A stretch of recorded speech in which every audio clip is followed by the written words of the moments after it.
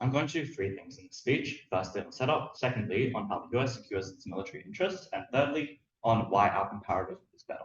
So firstly, on setup, just of what we support. Firstly, just observe that affirmative uses an enormous amount of fiat. That is because the military industrial complex is very strong.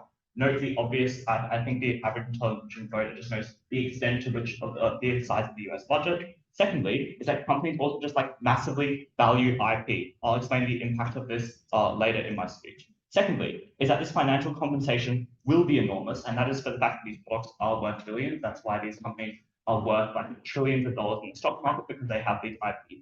Thirdly, is that in this debate, we're going to use counter fiat to do two things. Firstly, it's just to encourage competition and innovation in US companies. This looks like giving out direct subsidies for research and also just having more competition regulation to ensure there aren't just massive monopolies on certain certain military products. Okay, what do we think the interests of the US are? Well, actually, sorry, before that, just to clarify the topic, right? I think it's very clear that where the topic is to make research available to competitors, I think that means it's like very unfair side opposition to pop this debate, as the US will say, we are going to like force this deal to happen, right? I think the far more likely thing is to say, okay, Boeing, these are like four technologies. They give a brief description of the technology they are developing, and that is out to all of their competitors, right? And competitors can choose whether they want to engage within a deal or not. I think note specifically, at that point, it probably includes just like their competitors, which are international competitors. And even if it isn't international competitors, at the point at which you just have this information far more publicly available, far easier for other countries to steal it. I'll talk about that later in my speech. Okay, interest of the US. Two things broadly here. Obviously, is to remain a military superpower. I think most important. I think this is how they gain legitimacy and strength. And secondly, is just domestic happiness. This is because they are a democracy, right? It is a free country. It has to care about its people. For the fact that like that is how the government gets its cap. Okay. First of all, on how does the US secure its US secures military interests under our side? Okay. No, just like a lot of side opposition. Oh, I know. I forgot later. Okay, context. Firstly, is that obviously the US economy is a massive military force. It's very advanced, has the best drones, it has the best weapons. So note, so how does this policy worsen the US in a number of ways? Firstly, it's just less innovation. I think it was really problematic for side opposition to posit their entire case on that, like people just work together on military technology because they like to work together.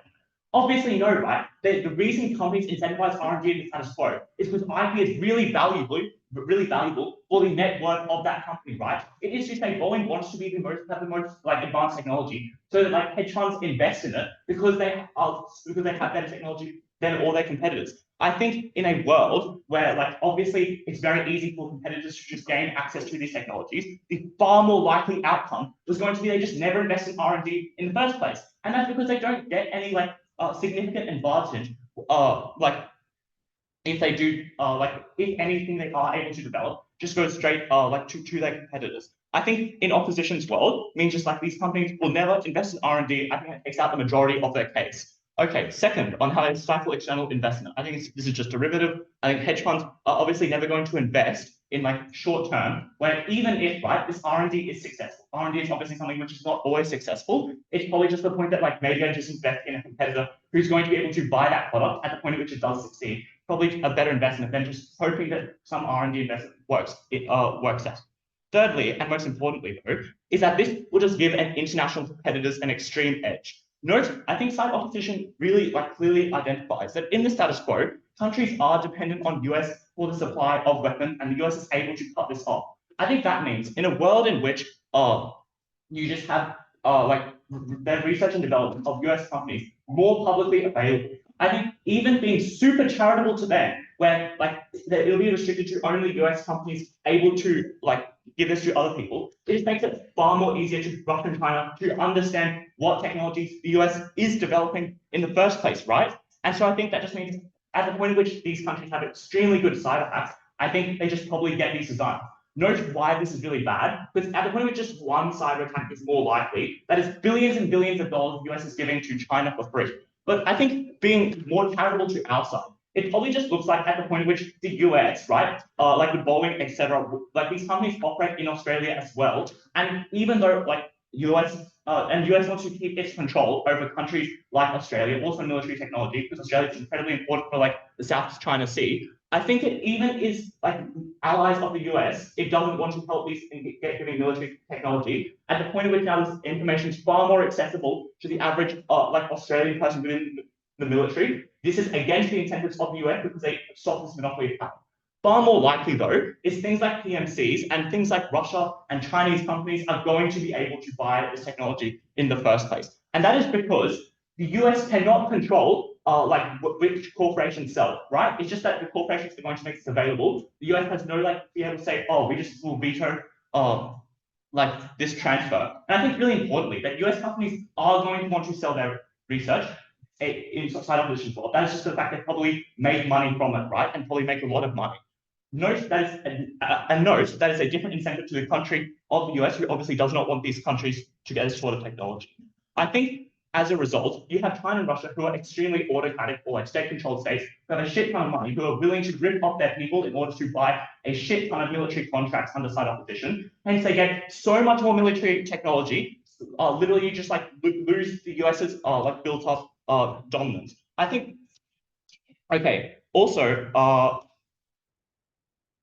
just note fourthly that like side opposition gets far more monopolization, and that is because right at the point at which IP is far less valuable for a company, it's the point at which a lot of the way obviously it can build up as a startup within the military industry is not to like have the most efficient production line, right? Because obviously it's going to go to the largest companies. It's going to have revolutionary technology, to have revolutionary ideas, and you are able to build up a company around that idea, which ends up being really profitable. I think the effect of that is that startup just get a lot less startup and innovation from from smaller companies, and as a result, they also get far less competition. Okay, I think that's why the US secures the military interest under our side so much better. But even if you don't buy that, why is our comparative so much better? I think firstly, just like pro-competition regulation subsidies work so much better. The best way to get more R&D for the US is for the US to give companies money to do R&D. At the point at which the US government has to like pay out billions and has to go against the interests of the military industrial complex, I think we have a lot of fiat to be able to give significant subsidies for this. And secondly, I think at the point at which there is like a monopolization in the military industrial complex, I think we're able to stop this. I think we just get far more competition through like breaking up markets, etc. But even if that's not true, I think it also economically hurts the US. That's because US companies are just far less likely to make money. That's because like obviously China in the long term can build these designs far faster because they already have manufacturing infrastructure compared to the US. Secondly, there's just massive backlash from the military industrial complex. I think the point which this has a very large degree of control over the government, they're likely to force the government to slash taxes at the point at which you're literally stripping executives away from the like IP, which makes them so much money. But also they have to defend domestic funds, right? That's just because lots of US take US dominance efficiently. At the point at which they make technology more available, if they probably are going to think it benefits Russia and China, they're probably going to not like the government as a result. That civil unrest is probably well against the interests of the United States. I think we win this debate so far too.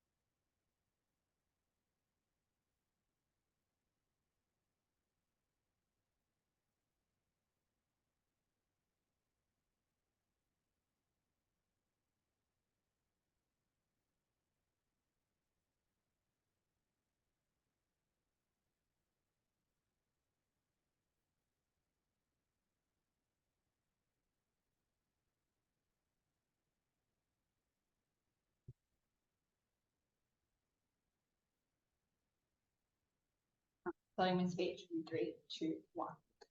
We're going to start off talking about innovation because this is where this team wants to win this debate. But I honestly think we win this clash at Angus because the responses we hear are quite woeful from opposition. Because we tell you the way that innovation currently occurs is that it is contingent on governments putting out a proposal for example, fighter jet, and then they collect bids from different people being like, we're going to do different fighter jets. That means on their side, there is a incentive for you just to do very minor tweaks and things like that, just to produce whatever. Obviously, what happens on our side is you just select the best fighter jet there. But that is to say that it's a jet, so that just means that everyone randomly builds if everyone randomly builds like random like weapons and things like that, that's unlikely because there are huge amounts of money that needs to go into making very specialized things. We tell you at Angus that these companies are usually quite specialized in the first place, so they're likely just to be like, I'm very good at bombing, I'm very good at like creating the shells for planes and things like that. So they're probably just going to lull on like the stuff that they already produce. They're not going to further innovate on that sort of side. But importantly, they're not going to invest without a government contract because the governments are the ones who are giving that contract in the first place. They don't have that bid. If the government's never offering that bid in the first place, no one is ever going to take it. They don't get innovation on their side.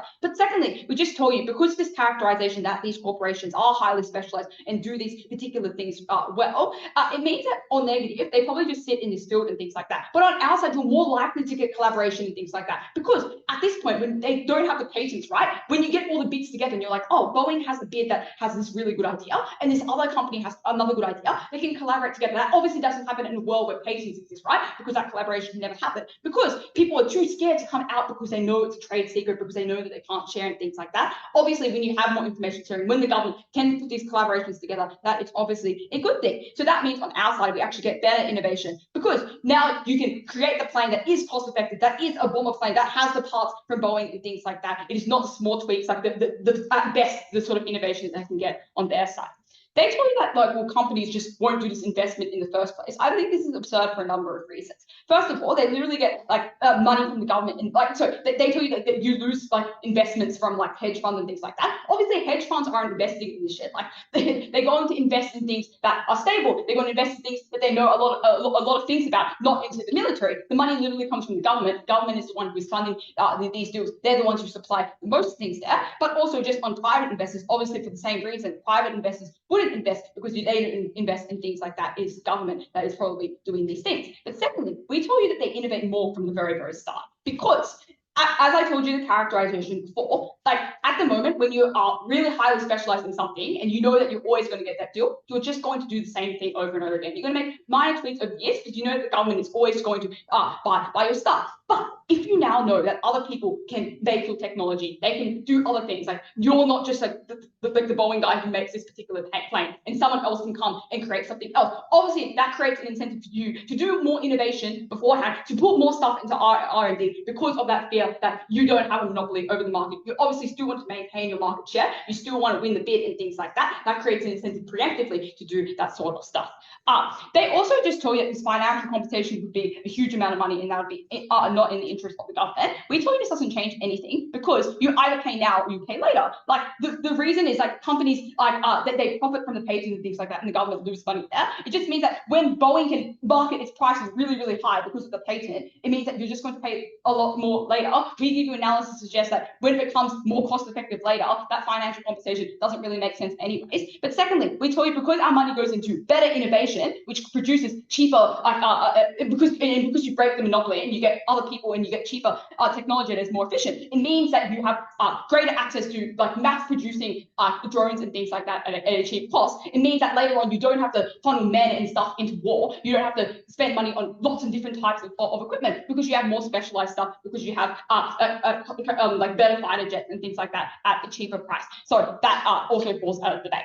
I just want to weigh innovation because, as I suggested before, this is clearly the only path to victory so far, but I think we flip it for a number of reasons. The first reason to suggest is that the US obviously cares less about innovation than getting better, cheaper, and stronger weapons. Obviously, that is in the interest of the US because we give you these imperatives at Angus. They are losing ground as being like a global superpower in giving weapons, right? Like Australia is already going to France and stuff for submarines and things like that.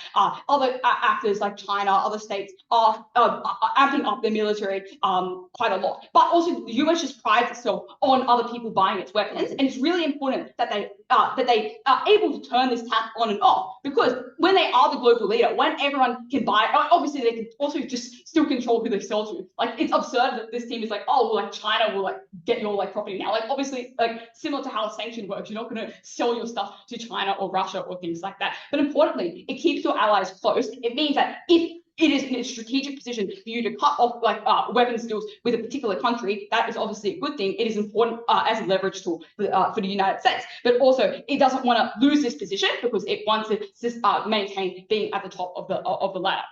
Secondly, we just told you there is more innovation outside, flipping their main benefit, because as I've explained before, they can only make small tweaks right now, because when you have a monopoly over the market, because if you know that these deals are set, you're just going to continue doing small things. We tell you preemptively, you get more R&D going into innovation, because there is that fear that you're going to lose that market share. But it also, you just get less wasteful prototyping and things like that, because of this, you don't have like this like veil of trade secrets and things. You can do things like collaboration, you can do things like information sharing, which means that you get better technology in the first place. But it just means that also, I think cost is a more certain benefit on our side, because at the point at which you break this monopoly on their side, it means that you don't get these scenarios where Boeing can just price gouge anything that they want. Obviously, on our side, when someone else can always be there to make it, when the government can be like, oh, okay, Elon Musk has made Starlink, we can just do that ourselves with another company for cheaper. Obviously, that means you can do more production, you can do more things. Cost is a really big thing on our side. So I think we've overwhelmingly won on innovation. That is absolute. But let's just talk about why the US just gets more control over weapons and why this is particularly important. As I explained to you before, there is a very intricate, evolving military situation with foreign states. It's imperative that into the future, when we get new actors like Elon Musk, when the space race is introducing new technologies at an alarming rate, that the US has a degree of control, can do things like produce Starlink and stuff for itself. This is really important, because on their side, they have the proper side where they have less sort of, that explains for us that you get less foreign influence going into it. And that means you reduce the risk of the US, because you always have other methods. You don't have that patent as a blockade in the middle. But it also just means you have more control to fight back. For example, use that sort of technology for another company and things like that. You obviously don't want to waste your man, waste other technology, lose popularity and things like that, doing a billion other things when you just have access to cheaper technology they can build right from the outset. They tell you that like, oh, other countries have access to this technology now. Obviously, first of all, it's still confidential. It's not like it's just going to be on the internet or in public domain. But secondly, the US obviously can still control where they sell their weapons.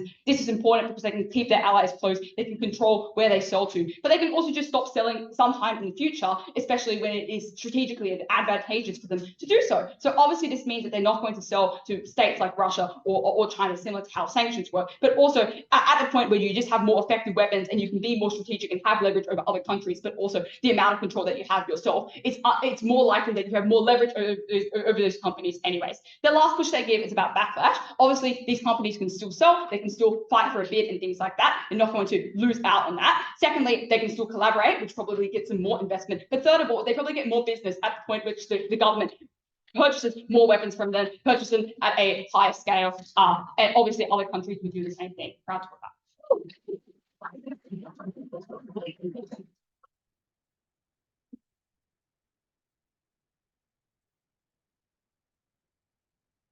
Thank you, second paragraph.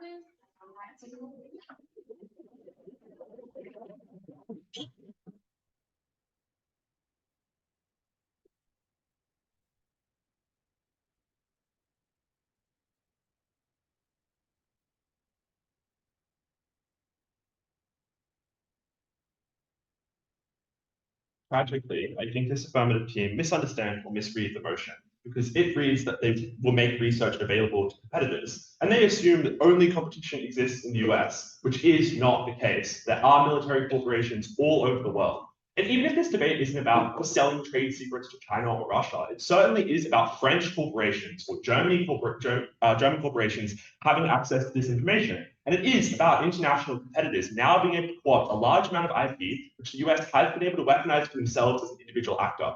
All I'm going to prove in this speech is that we bolster their military interests and also their domestic interests. Let's begin with military interests, though. And the reason I think this should be the central way you judge this debate is simply because the US is notorious for spending trillions of dollars on their military budget, having a strong military force is how they're able to access that kind of global legitimacy. They want to be able to take on forces like China and Russia, and that is only done through military security. We explained at Matthew a set of reasons why this affirmative team ruined the US's military advantage, which is firstly, they stifle innovation, they stifle external investment, there is a massive international loss, and they increase monopolization. And don't worry, I'm going to explain each of these at a different point in the speech. How does this affirmative team respond? The first response is constructive, which is to say that you get innovation because now there was cooperation. I think 3 responses to remove this argument. The first is that they kind of misunderstand how specialization works. Like, yes, one company builds engines or wings, but they do so under military instructions because they're competing for contracts, right? So obviously you have the incentive to make sure that yours is the best and that you innovate to make the best engine or wing possible because you want to beat out every other military corporation which exists who could also produce that product and sell it to the military. And it's not like you make the wings and then they get the engine and you're like, oh fuck, we messed this up. Like you get very specific recommendations and specifications on like what that wing should look like. You just innovate in ways to make it more aerodynamic and things like that. So military contracts are currently incredibly competitive. You do have the incentive to innovate. The second response, though, is what actually does this cooperation look like? Like, if it is true that you are highly specialized, why will working together actually make a difference? Like Matthew speaks first, he's a math student. He can't help me with my torts assignment because he's specialized in maths and I'm specialized separately. Like they don't prove that because you work in engines and another person works in wings that you're able to give each other expertise. I think if I'm incredibly charitable, maybe the claim is all the specialists work together. ... seems like monopolization if every single company that works to make wings all comes together. And I think that's when they're most likely to be like, hey, maybe we should just combine this one. In which case, all of the harms to monopolization activate under their side because they know that the US military has no choice but to buy their wings. So they are able to increase costs, increase like time delays because they know that no matter what, they are the only people they've got. But I'm going to be like so exceptionally charitable. Maybe they don't monopolize. You still have corporate incentives not to share your best secrets, right? Like simply because you're cooperating because the government tells you to, doesn't mean you actually give them all of your trade secrets. I know this is a military debate, but they can't put a gun to the head of these researchers. You still have a corporate incentive to make sure that your corporation is bolstered, that your corporation is strong. Thirdly, though, why does cooperation require the complete deletion of IP?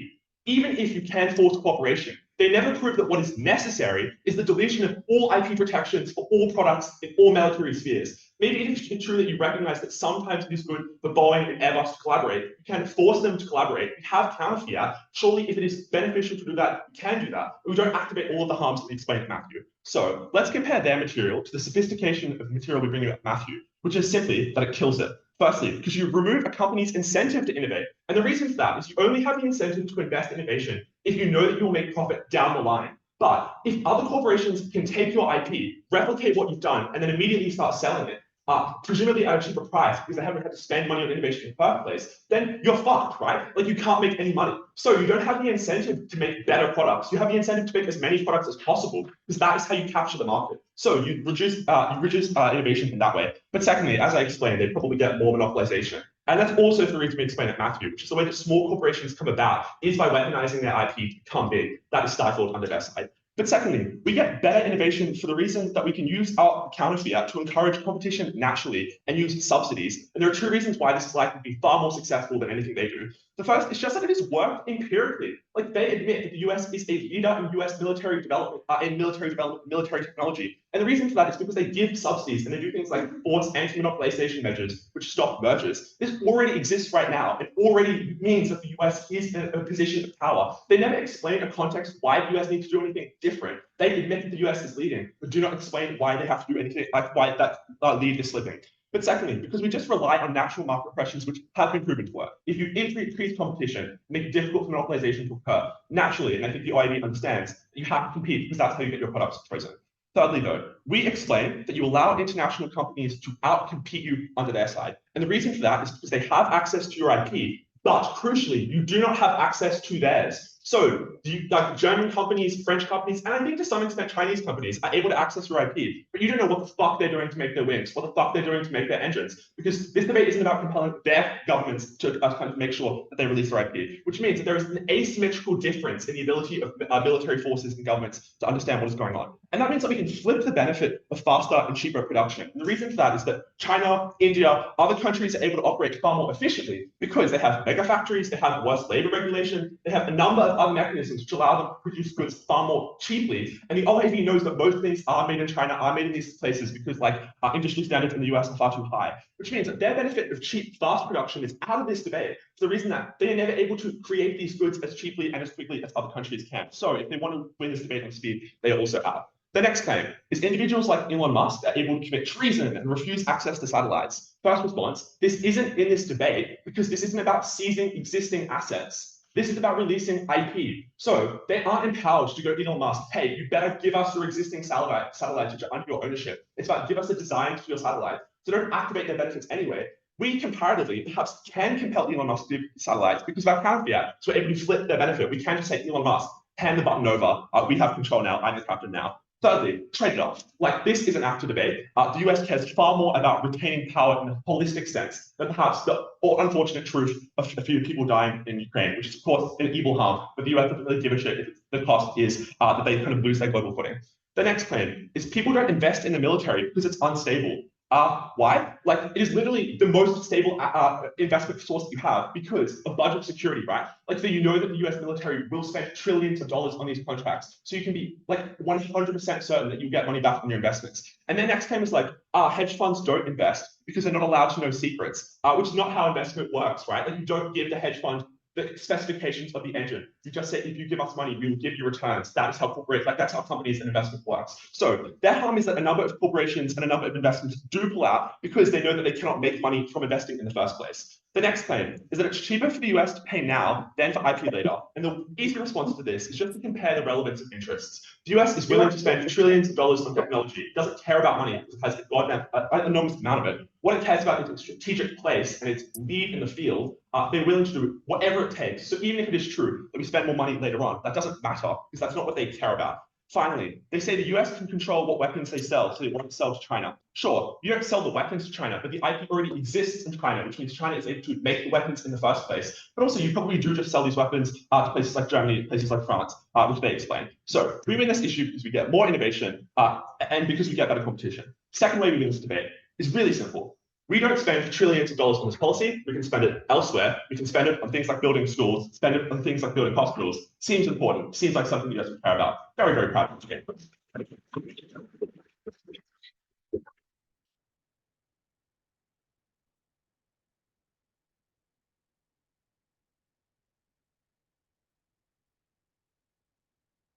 Thank you so much, and I would like to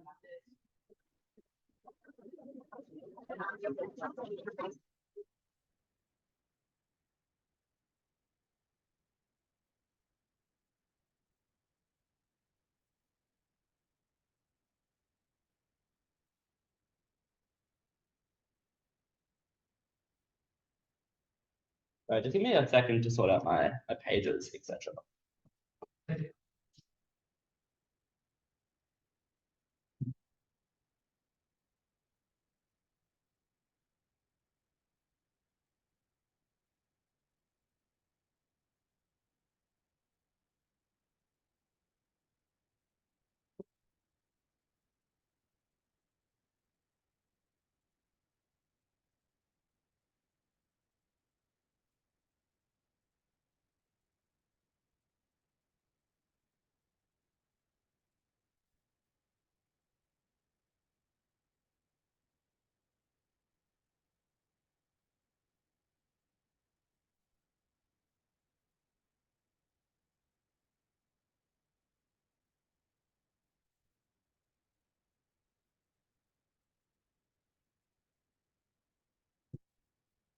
I'll first talk about the development of weapons and then about the control of weapons. Firstly, on the development of weapons. They make two claims here. Their first is that patents are a good incentive to innovate. Three responses. The first response is you make the same amount of money if you're a defense company because the US government is the main purchaser of weapons from your company. Why is that? That's because the US government is the great demand. The US government is often insane in unnecessary levels. The internal litmus test for whether or not the US government has enough military capability is whether or not it would at any moment be able to fight a global, like world war in both poles of the world against multiple superpowers, which is a level of demand and insatiable demand for military weapons that no one else has. But the structural reasons for that are because the US has a lot of domestic pride in its military, because there's upward pressure from people who work in the military departments who are able to lobby politicians for budgets and call them unpatriotic if they don't give them more money. But thirdly, because the US is a defender of many other countries around the world, so they also fulfill their obligations that way. And the consequence of this is because the US government is made purchaser of weapons, they are paying the companies under their side as well, because the patent drives up the price when the US government purchases it, because now under their side, you type in the information in the patent into the airplane when you sell it to the US government. So when you don't have the patent and other companies can make the same plane is cheaper. So all we're doing under our side is the United States government is paying them the income they otherwise would have lost from the patent, which means the defense companies get the same amount of money under their side. They just get at a different time, which explains why the patent is not an incentive to innovate. Secondly, this is not how defense innovation works. It's unlike pharmaceutical companies who might sort of try and design a drug and eventually hope they will strike gold. But it's not like that. If you're a defense contractor, you don't design a plane or design a new missile until you have a contract with someone to buy that missile. And the reason for that is because these are hugely expensive projects with limited demand and a limited number of buyers, but oftentimes also there are only a couple of buyers at a particular time, because it's not like everyone is constantly needing missiles always. But the thing, and that means the calculus of these companies is very different, because it means you're not just going to sit there, sink billions of dollars into R&D in the hope that if you invent a really good missile, you'll be able to find a buyer. You get the contract first, which means the incentive to innovate is symmetric, because when you have that contract, you have a 100% incentive to innovate. But thirdly, we're going to say that oftentimes companies don't foot the bill of R&D themselves. Per the previous analysis, and as this other team concedes, the United States government is often the one who subsidizes this innovation in the first place. They're the ones who pour a huge amount of money into companies, which were often former government entities that have since been privatized, who have a revolving door of lobbyists who have meetings with head generals every single day, who have meetings with Republican politicians who funnel the money into the military every single day. That explains that they get the money from the US government in order to innovate, and the US government would not give them that money unless they are innovating and inventing new products which are good for them. So that incentive still exists. The incentive to innovate comes from the US government getting subsidies and choosing your products, not from the money that you don't even get because of the patent. That argument is out of the debate. At that point, that is their main path to victory. You cannot award this debate to side with negative.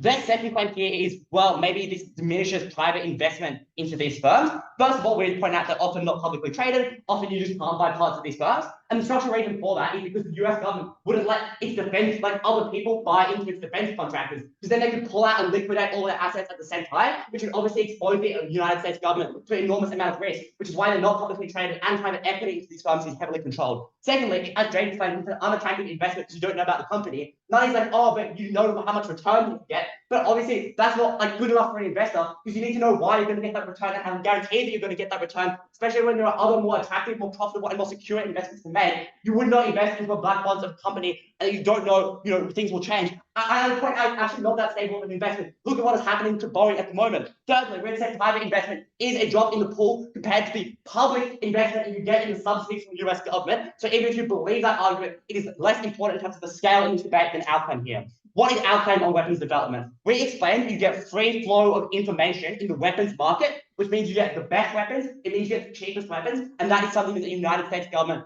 cares enormously about. Their responses here are weak and often misunderstand the claims we made. Their first claim is you can't force them to work together. Yes, we can, because when they all make the bid to the US government, they have to pick one bid under their side, which is proprietary. We can pick two bids and say, well, we're going to combine these and you can share the information, and then we'll give the contract to one of them to make a claim using the design of the other one, which is why we can force them to work together. Nunny then gives four responses. The first is that, well, they still have an incentive to make the best product possible. That's symmetric because you want to get the contract, but it's also unresponsive to our claim, which is not about incentive, but it's about capacity. Because when we maximize the flow of information in the market, you now know the best weapon design. You now know how the other company is designing their firewall so you can build yours better.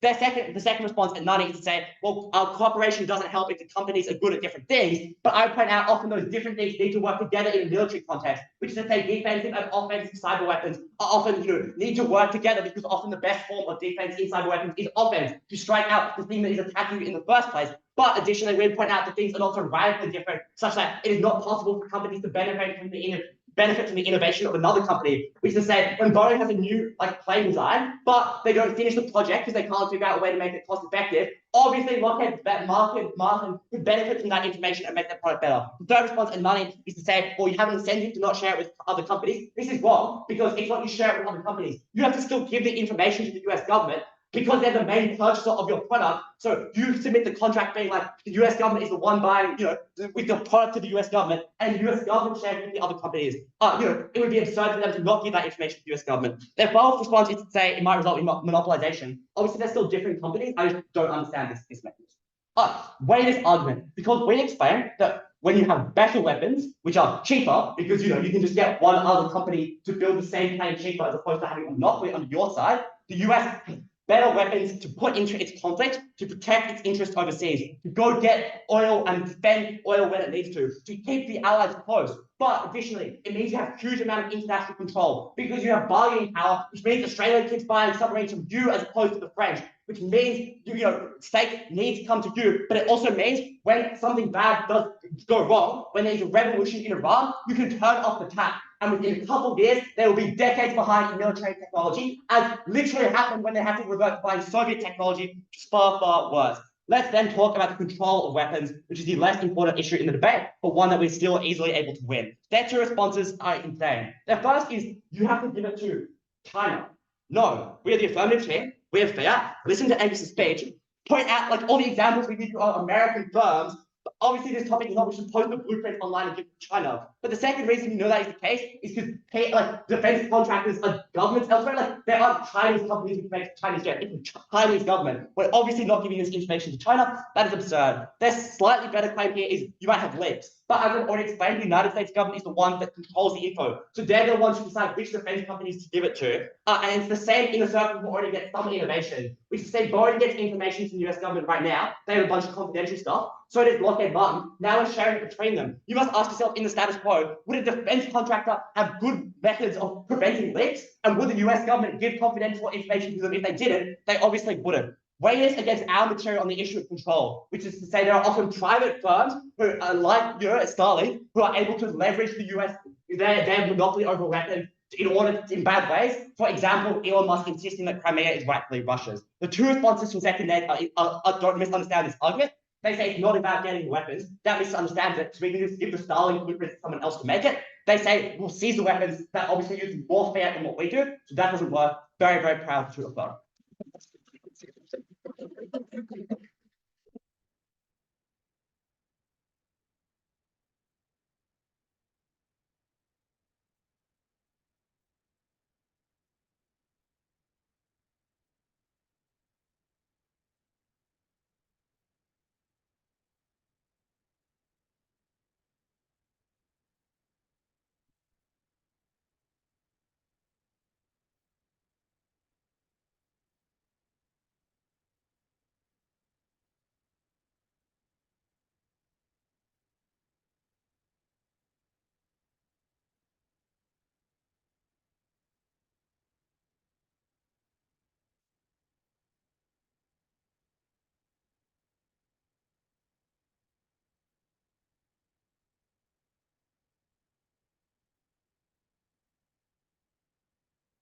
Two questions in this speech. Firstly, about quality of weapons. Secondly, about government control.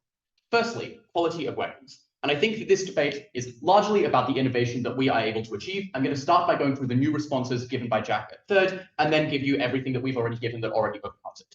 The first claim he makes is the incentive to innovate remains because the government is just going to pay a lot of money because the US has the incentive to spend a lot of money.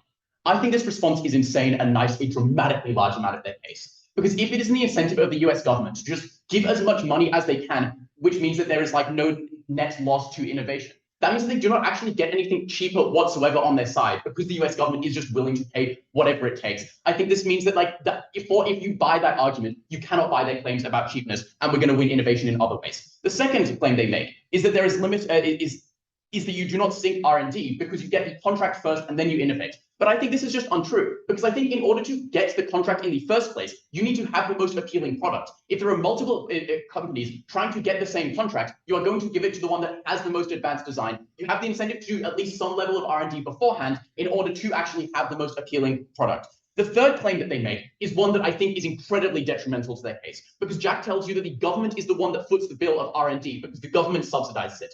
If that is the metric on which R&D occurs, you have to award this debate to side negative, because all of the exorbitant amounts of money that they need to spend overcoming a military industrial complex that already controls a significant amount of the military budget is stuff that we can just give to that R&D directly. If that is how R&D is subsidized, we can just use all of their money that they spent removing patents, subsidizing it directly. On that metric, we're able to win. I'm now just going to go through the claims that they make in substantive and why neither of these also stand.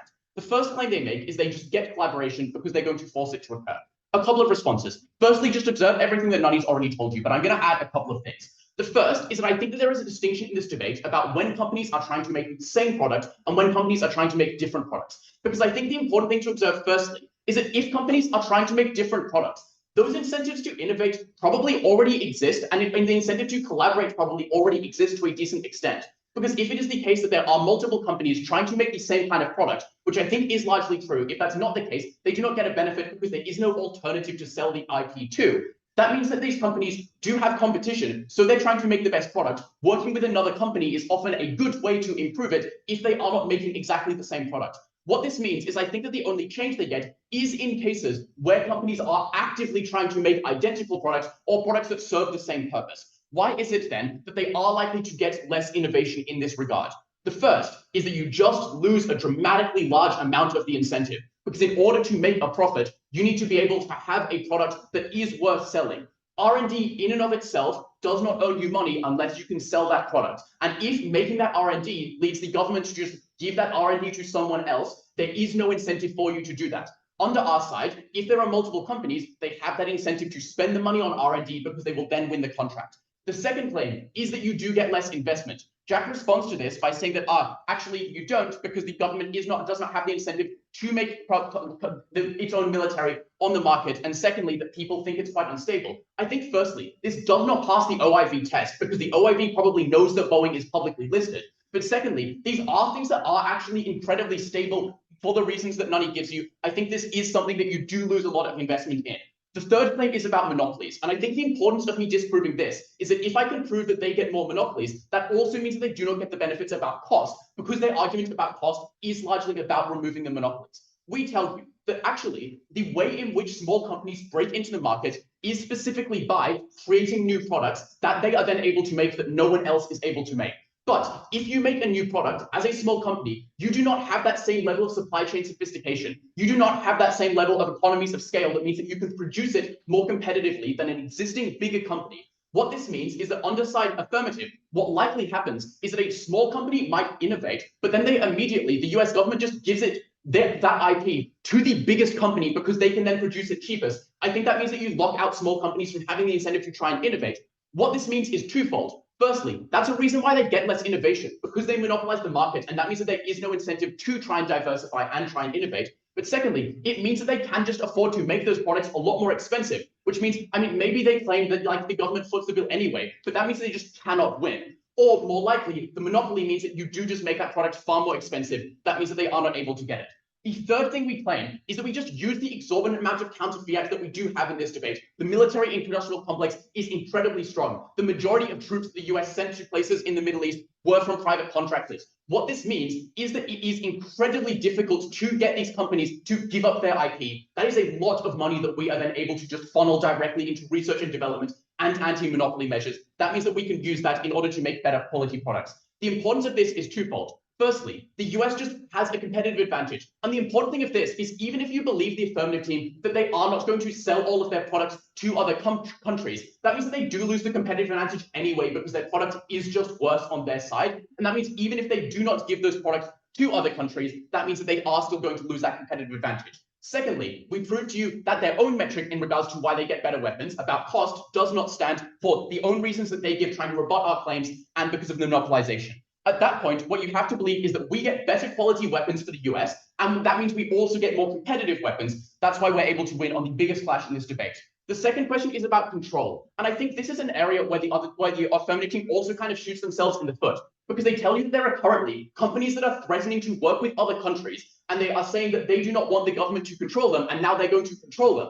I think what this means is that if Elon Musk is already threatening to take Starlink to Russia, Elon Musk will just take Starlink to Russia if the US is otherwise going to seize his IP. I think it means that all of these companies that are currently trying to sort of resist the US control have that incentive to just work with other countries where they can have that IP for themselves. I think that means that they actually get less control of these companies, because even though they might not have total control under the status quo, at least they do operate in the US market. I do not think they do under their side. And I think additionally, what this means is that they lose that control, but they also lose the competitive advantage.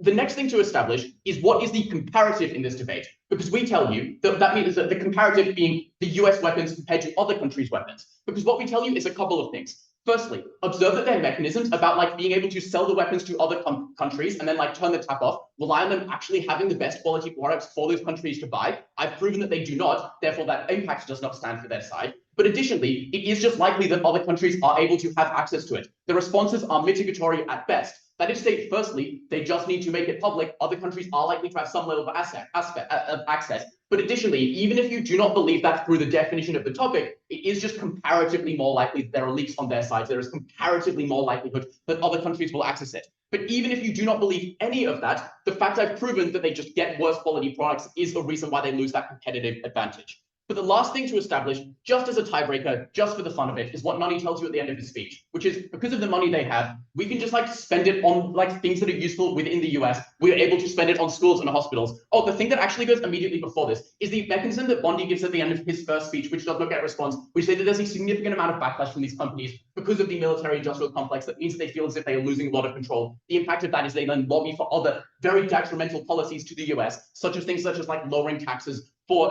military companies. But we also get better healthcare, we get better education. This is good for the US democratically.